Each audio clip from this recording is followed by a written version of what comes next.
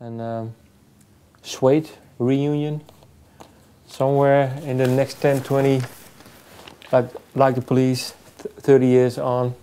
Who knows? Who knows? Okay. I don't know. I mean, reunions are always really sad, aren't they? So I don't know. Do you know what I mean? If you could sort of reform a band without it coming across as really sad, then maybe I would. But that's a big if. Okay, we'll have to wait and see then. The album cover.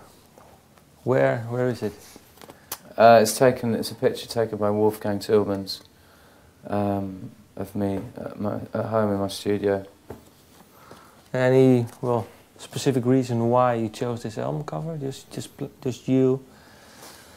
Well, I like the kind of the simplicity of it and the kind of quite kind of, you know, I thought that the you know, it reflected something about the songs, the intimacy of the songs, and the kind of unpretentiousness of it all. You know, the record's supposed to be quite an unpretentious record, and I thought the cover was quite simple, almost like a snapshot. And then, our last question. Your songwriting, well, you've been writing songs now for almost 20 years, I think. Did it change for you a lot, or is it still, the songwriting process is still the same, or did it change? I think it's still essentially the same, yeah. It doesn't matter really what happens with technology and whatever. It's still, you're still sitting there with your guitar and relying on your inspiration and invention to write a song. Of course, you know, technically I've kind of become a better guitar player, and on this record there's, you know, there's a couple of songs where I wrote the guitar parts, you know, something like Scorpio Rising, I write all the melodic parts to it and stuff like that. And that's probably what I wouldn't have done a few years ago. But you know, essentially it's the same thing. It's about being inspired, it's about kind of, you know, being engaged with life, and it's about having something to say. And is it do you always start then with a guitar, or do you start with a singing line, with a lyric, or?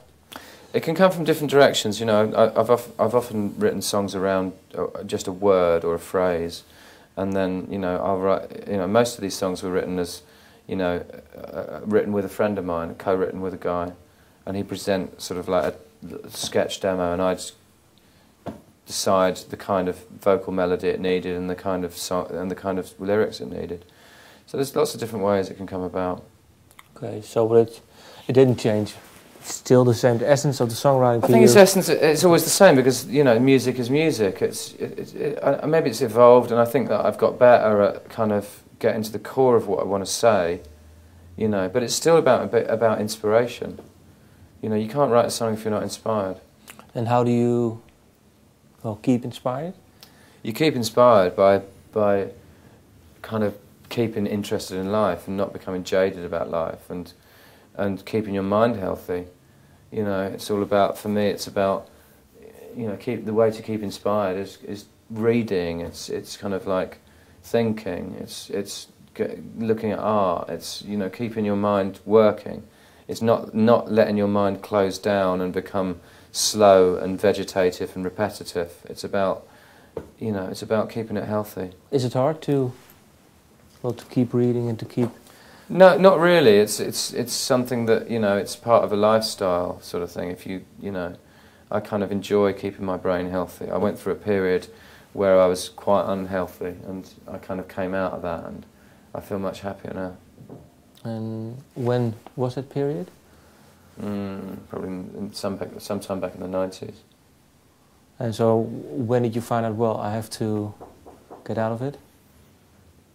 Very recently. I think that's the last one. Knock knock. Knock knock, knocking on heaven's door.